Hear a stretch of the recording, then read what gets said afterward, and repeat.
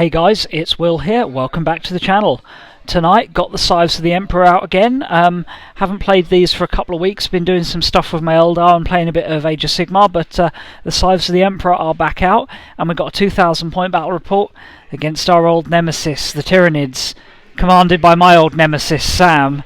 So yeah, doing 2,000 points, Eternal War, and got some new units to bring tonight, or one new unit, and some new ways of running stuff.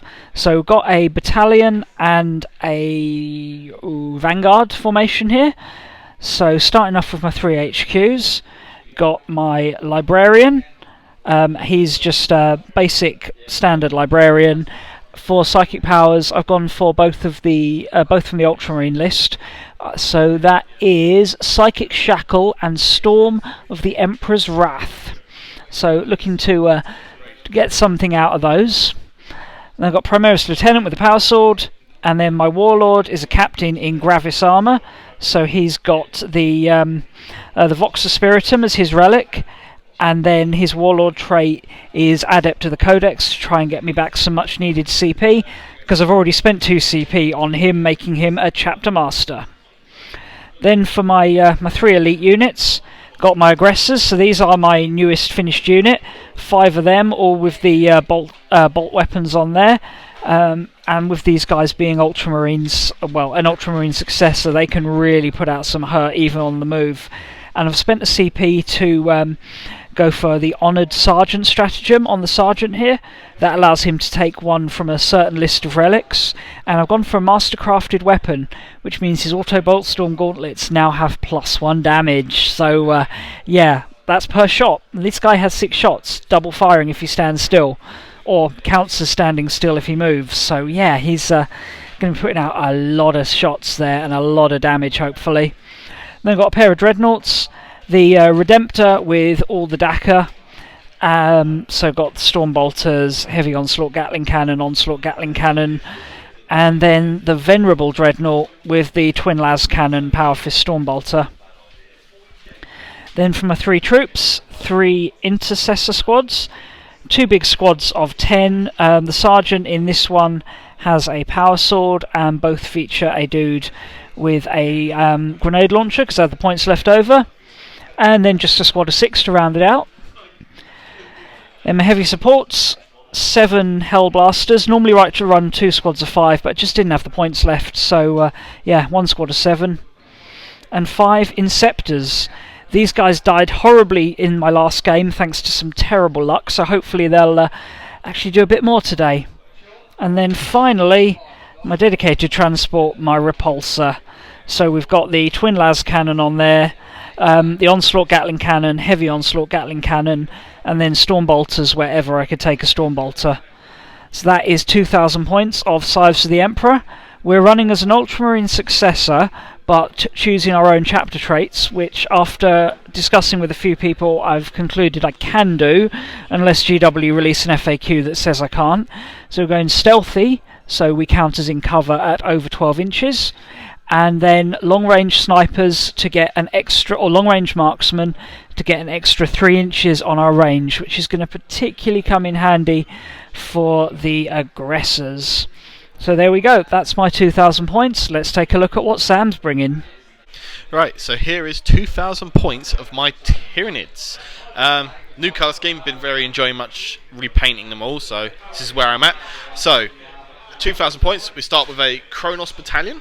We have my Warlord, the Neurothrope, with the Soul Hunger Warlord trait, which means any Psychers failing tests near him suffer perils, or D3 more wounds or something. We then have a Hive Tyrant, with the Balefall Cannon, I believe it is. It's the relic Stranglethorn Cannon. Basically it's just a regular Stranglethorn that ignores invons. And then powers wise we've got Onslaught and Catalyst and Psychic Screen. We then got 2 units of 10 Termagants and 3 Ripper Swarms for the troops. 5 Hive Guard with Impalers, because Impalers are great. Then big beasties, Tyrannifex with Rupture Cannon and Spine Banks, and 2 Exocrines. We then have my 2nd Battalion, which is Jormungandr, led up with a Prime, with Double Bone Sword and a Death Spitter, another Tyrant, with Stranglethorn Cannon, and they both have Rending Claws instead of Talons, because Rending Claws are better. His powers will be Horror and Catalyst. Then I've got 3 units of 6 warriors. This unit of 6 has Adrenal Glands and 4 Death Spitters, 2 Venom Cannons. And these 2 squads of 6 have 2 Venom Cannons, Scythe Talons, and the 4 Death Spitters each. We then have a unit of 3 Venom Thropes to back that battalion up. Annoying thing about Tyranids is, unlike most other factions, cross-high fleet rules aren't a thing. It's all high fleet locked rules. So unlike the Orcs, where it's just every Orc unit, for me, I only benefit from like Venom Thropes and Synapse for that battalion, and same for this battalion. So it's a little awkward to work, but we'll give it our best shot. This is the best list I've come up with so far, although I am just back into Tyranids and reworking it. So we'll see how it does against the Space Marines. Incidentally, this was the list that utterly destroyed my Craftworld Eldar in 3 turns just a couple of weeks ago in a game that we were originally planning to batrep and I left my camera at home for. So, hopefully the Scythes of the Emperor can do a little bit better than my Eldar did, and hopefully a little bit better than Scythes of the Emperor traditionally have done against Tyranids, if you know their lore. So, let's get on to rolling for mission and deployment. Okay, so we rolled up Narrow the Search as our mission, so we've got the single objective in the middle with a gradually decreasing ring around it, plus no invuln saves can be taken within 12 inches of it. That's going to be a very close clash for the middle, which in theory favours the Nids being way more close combat focused, but this is a very shooty Nid list, so it's not quite going to be the same as just a billion Gene Stealers running at me. Sam got to deploy first, and as you can see, we've got the kind of spearhead-esque deployment here. I can't remember what it's actually called, but you've got, like Dawn of War with the pointy bit. So he's got all his warriors at the front, bigger beasties at the back to provide fire support, and termagants off to the sides. Got Hive Guard over there, and those Venom Throps are a particular key to his line because they're protecting a lot of his force from shooting. I don't believe you've got anything in reserves, have you, Sam? Rippers in reserves because they're burrowing? Yep. Okay, so my reserves consist of the Inceptors, and then the Aggressors are in the Repulsor, which is out on my flank here. Got pretty standard Space Marine deployment, trying to squeeze everyone around the captain to get as much benefit from him as possible. The 9-inch aura, thanks to Voxa Spiritum, is rather handy there, I have to say, because it's meant that my Dreadnought can be all the way over there, my Repulsor all the way over there, and still getting the benefit from that. Got this Intercessor squad behind the Repulsor because I just didn't have anywhere else to fit them. Hellblasters in here. As you can see, that is an open floor there. 2 Intercessor squads to the front, Dreadnought to the side, characters here to gain a little bit of protection and give some support. So at the moment Sam is going first. Now there are certain benefits to going second in this mission, but I think the amount of firepower that he has for a Nid army, I really actually want to thin some of them down, so I'm going to try and seize the initiative. Nope, we do not seize the initiative.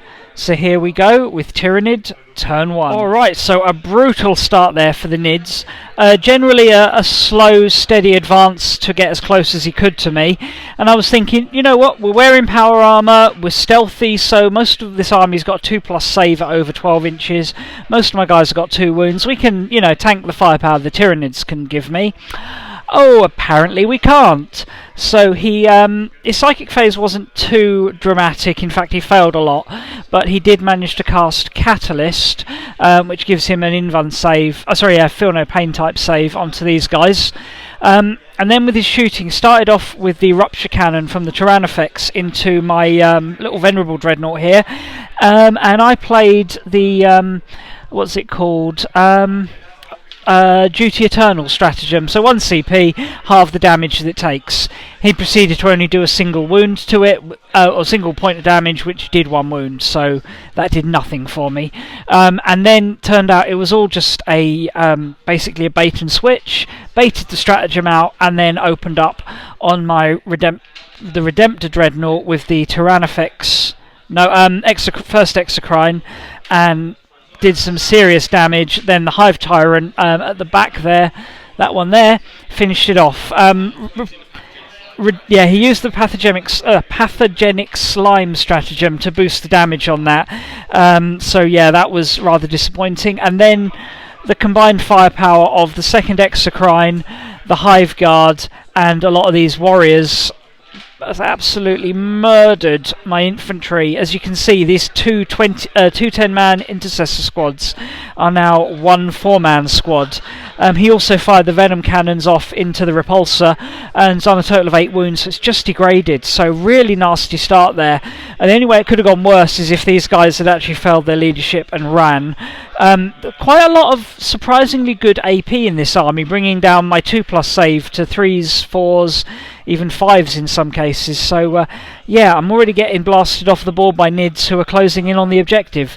But we've still got the Hellblasters, we've still got the Aggressors, we've still got the Repulsor. There is plenty more where this came from, and it's time for a counter-attack. So the Scythes of the Emperor moved cautiously forward with vengeance on their minds. So this squad actually stayed still there to get the most out of their shooting, because they're already within the 18-inch bubble for the objective, as did the Dreadnought. But as you can see, the captains moved in here behind the Hellblasters. And the lieutenants come over here to give the best buffs to the best units, so Hellblasters and Redemptor. This little squad moved up here. Decided not to disembark my Aggressors this turn, because they're not going to get the tactical doctrine benefit till next turn, so you know, wait for the right time to strike with them. Psychic phase, I attempted to do Psychic Shackle on the nearest warrior unit, but that failed, and I cast Smite, only did 1 wound, and he passes Invuln for Catalyst. Shooting phase, things went a bit better. This squad didn't have a great start shooting the warriors and not really achieving much. The -1 to hit kind of came into effect rather well there. And then this Dreadnought shot at the Exocrine and hit and rolled a double 1 to wound. So a nice one there. Maybe should have left the lieutenant here, but more on that later. The Hellblasters, as you can see, I'm down to 4. They overcharged and opened up on the warrior unit up on the hill there. And yeah, it was basically a case that every shot was either a kill shot or a death shot. Everything either hit and wounded and blew them up, or it failed to hit, and because of the -1, even with my Chapter Masters rerolls, just Hellblasters dying by the droves. I lost 3 Hellblasters for 5 warriors, so not quite the turn I wanted, but certainly did a lot of damage.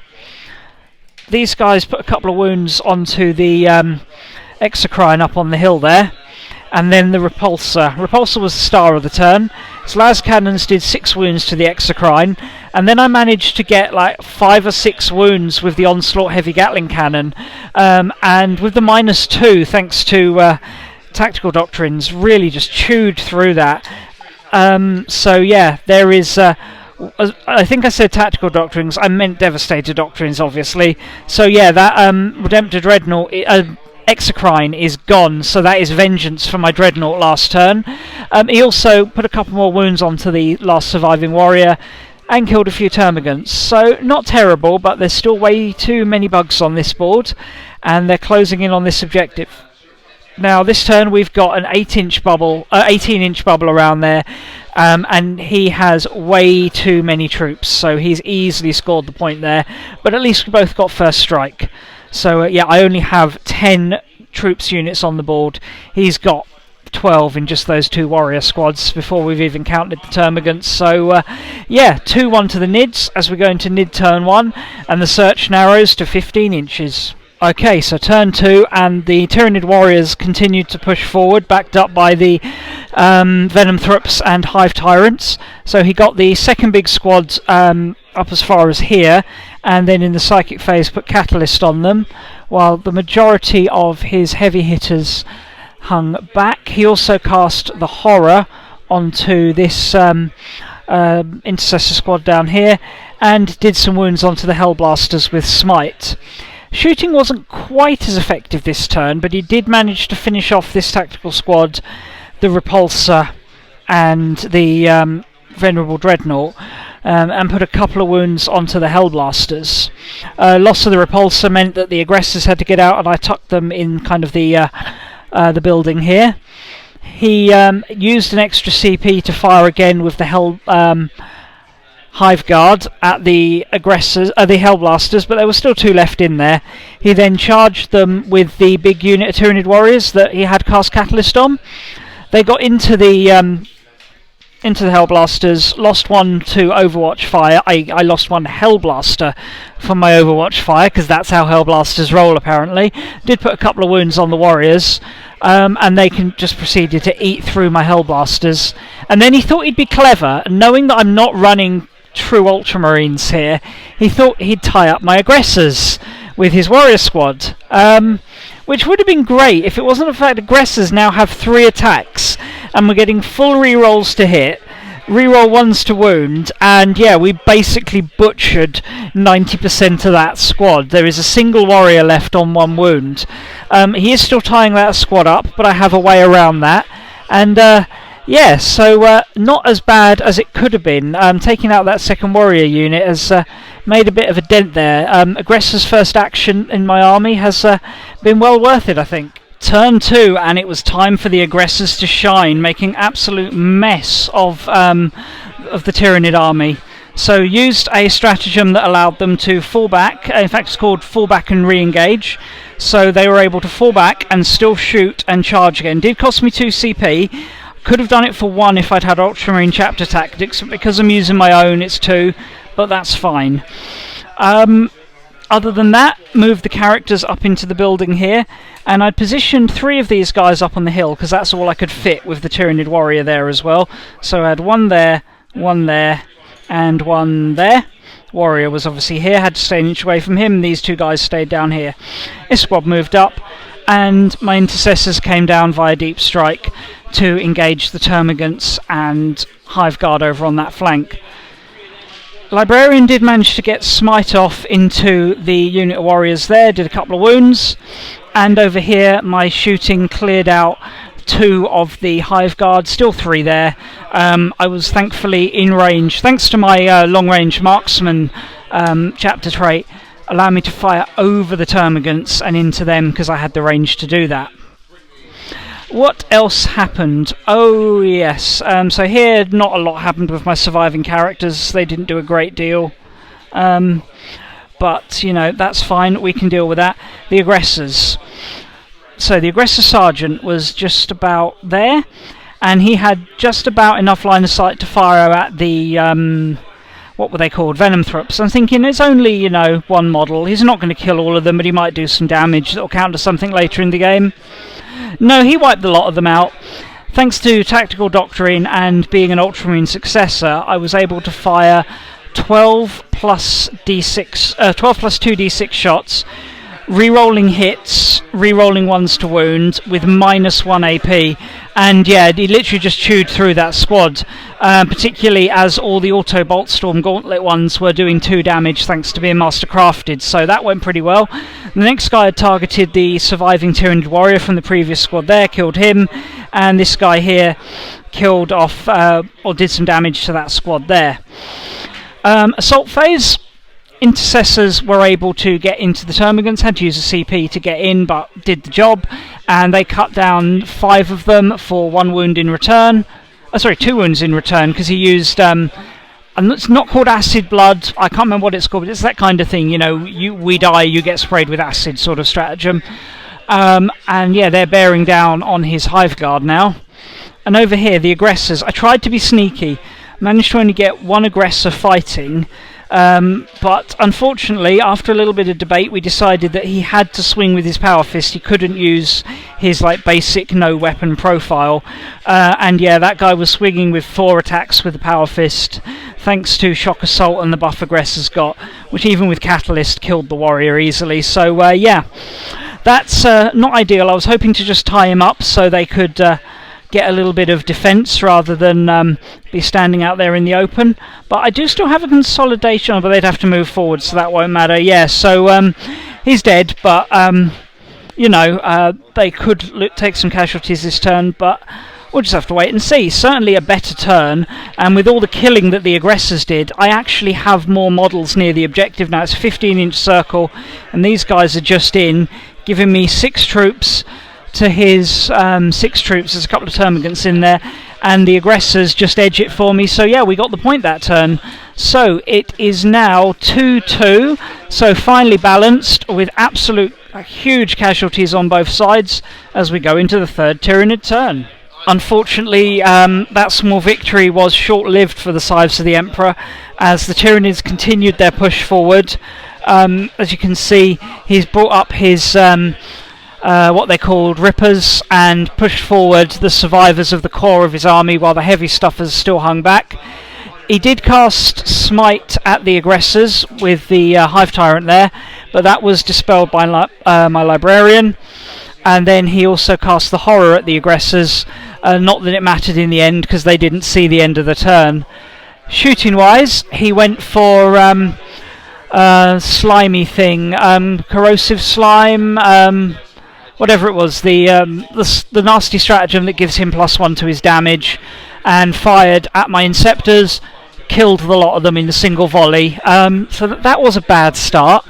And then over here, basically everything that could shot at my aggressors, and even after I used the transhuman physiology stratagem, so he couldn't wound me on anything better than a 4+. Anything less than a 4+. He just cut through them. My saves were pretty poor, but the sheer weight of firepower was really what mattered there. So yeah, that was my aggressors dealt with. Also meant that my captain was now the closest model, and he was able to finish him off with the remainder of his shooting, particularly those Hive Guard over there. So yeah, I've lost Warlord, I've lost my aggressors, and he's crowding the centre of the board. So yeah, it's basically all over, but I think I will play out this turn to see how it goes. So in a somewhat forlorn attempt to get the Nids off the objective, did push up with my remaining Intercessor squad and my Librarian. My Librarian didn't do too bad actually, cast Smite onto the warriors there and killed one, so that was nice. But then he tried to cast Storm of the Emperor's Wrath on them, and Sam played a stratagem with his Neurothrop that allowed me, basically forced me to cast it on 1 dice. Combine that with his Warlord trait, which is if I fail to cast within 18 inches of him, I take D3 mortal wounds, and suddenly my Librarian's taking D3 mortal wounds. Did some damage to the warriors with the shooting from this squad here, but not as much. With my captain gone, they're just not as good without the rerolls. And my Librarian even attempted to charge the warriors to try and finish them off, but unfortunately it was not to be. And thanks to him bringing his rippers on, and just a couple of those termagants being within 12 inches of the objective, he still scores the point that turn. So yeah, it goes with Warlord as well, 4-2 to the Tyranids. Okay, end of turn 4, and it is basically the Battle of Sotha all over again, or the Battle of Miral Prime all over again. The Scythes of the Emperor have been completely wiped out. It was pretty straightforward. He just pushed up his troops towards the objective just in case he didn't massacre me, but then focused everything else. Smites, shooting attacks, just everything on them. Didn't even get to the assault phase, but if he had, this Hive Tyrant would have been straight in there. Librarian's gone, and the final act was the Rupture Cannon at the Lieutenant in there, doing no less than 9 wounds after saves. So well done, Sam. Turn 4, and it is a massacre to the Nids. That turn would end at 5-2, and then he's just going to rack up another point every turn. So yeah, a very solid victory for the Tyranids. Okay, so yeah, despite my aggressors trying to stage a counter-attack there and rally in a bit, it was too much. The Tyranids just wiped me out. Sam, what's your secret? Daka.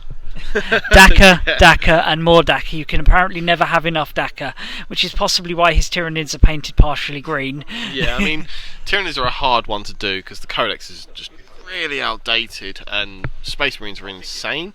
I've had time to work with this list though, and I think you've had less time on your Marines. Yeah, especially as I've been kind of dabbling in other things, Age of Sigmar, Eldar, and yeah, just generally not getting in as many games.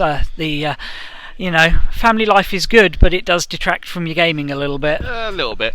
Yeah, I mean, it was a good game, but I'm finding 40k to be a case of just massacre your opponent by turn 3 these days and just win the points afterwards. Yeah, it's gone back to what it was 18 months ago before we had the latest chapter approved, where the missions became a lot more important. It's now back to just kill your opponent. Mission is really a secondary thing if you don't manage to massacre them. Yeah, I am finding the new Space Marines to be absolutely redonkulous.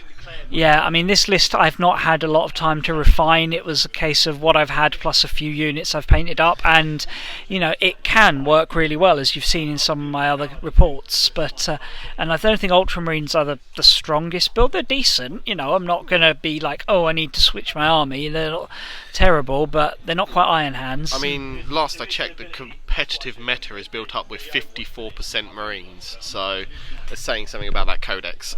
Yeah, Marines are definitely good.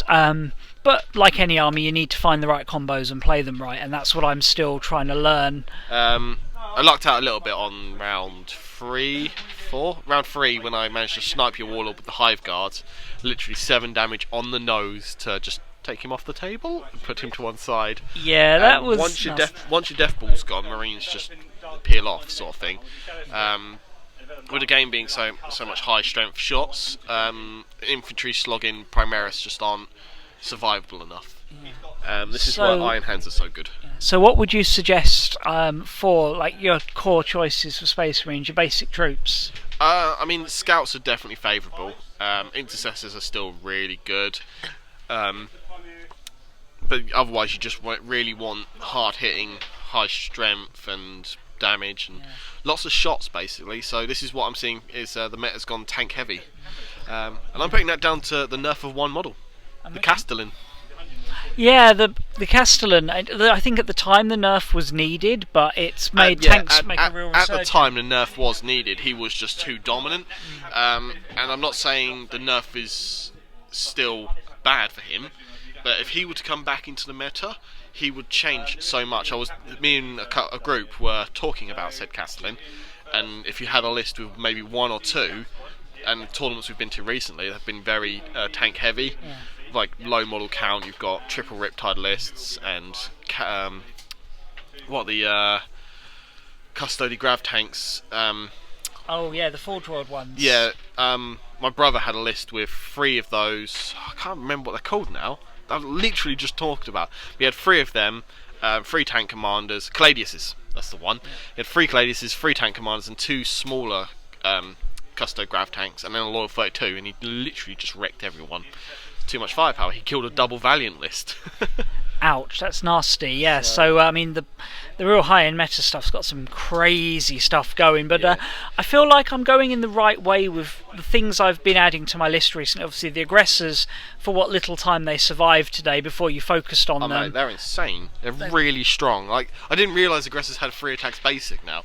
With Shock Assault, there's 4 Power Fist attacks. You could literally just drop them down and go, okay, I'm going to blow away any screen you've got, and then I can go and punch a Castellan to death. The game is very powerful at the moment, which is kind of a downside because you're just shooting people off the table by turn 2.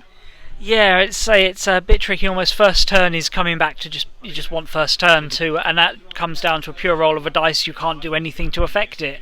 As for like moving your army forward, I don't think there's much more you need. I mean, Flyer Spam is coming in, but it's not so great for if you're running Ultramarines. Yeah, we're not Iron Hands.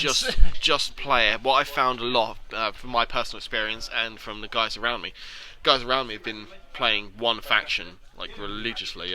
Oliver, my mate, I think he's like the top player currently for Renegade Knights in the country, but he's been playing them in Index all year long and repeatedly playing in tournaments, and now he's so good with them. He's just got to the point where we're like, we don't really want to play your Renegade Knights, go away.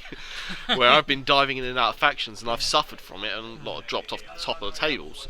Whereas when you were focusing very religiously on your Orcs, you took them to the victory in Ultimate Commander, which is the 6-game, 2-game tournament. So yeah, no, you're right. And this is one of my weaknesses as a competitive player, is I do tend to army hop and even system hop, because I do like to dabble in my Age of Sigmar as well, and sort of, oh, that's new and exciting, I want to play with that, which is all good, and obviously it's very good for GW because it means I keep buying models, but it's a bit of a problem. I'd definitely say, if you're trying to improve your game, faction focus and make sure you have a variety of opponents. Don't just play the same person who's running the same stomp you list all the time. Try and find different people and mix it up. And what about my chapter tactics tonight? It felt to me that it worked a lot better than previously with my the extra save came in a lot, and the long range marksman came up a couple of times. Yeah, stealth is very strong. I'm not overly sure about what you were doing with the master crafted weapons. That seemed just a bit too specific. No, I didn't have master crafted weapons. I had extra 3 inches on my range. Yeah, no, I'm talking about like Aggressor Sergeant. Oh, the Aggressor Sergeant, yeah. Yeah, I mean, you could pick and choose between them. Stealthy is definitely a good choice, and Master Artisans are definitely a good choice. I mean, those are 2 I've seen. Okay, so that's the equivalent to the Salamander one. Yes, yeah. So you get all the rerolls. Things I would say about your list, the Venerable Dreadnought is a bit of a... Yeah. One Redemptor makes sense, unless you're going to have other Dreadnoughts. Maybe dabble in Forge World, because the Leviathan Dreadnoughts with the Butcher Cannons are silly. Okay, yeah. I don't know if... Can the Imperial ones have Butchers? Leviathan Dreadnoughts are silly. Yeah, Leviathans are really strong. Yeah, maybe I do need to dabble in Forge World. It's become a lot more acceptable in 8th edition. Mid-8th edition is... Like, I remember in 7th there was a bit of a taboo in local, okay, it's about Forge World, but it's much more acceptable now, so maybe dabble some there. Just don't take whirlwinds anymore, and your Venerable is just a bit... 2 las cannon shots for a lot of points. That is, yeah, there are cheaper ways to get las cannons, but it's a nice model, and I had it knocking around, so paint up from the Scythes worked really well at the time. But yeah, this has gone on a bit, but thanks for doing this bit of post-game with us today. It's alright. And yeah, thanks everyone for watching. Hope you guys enjoyed this, and hopefully I'll see you all again soon. Bye!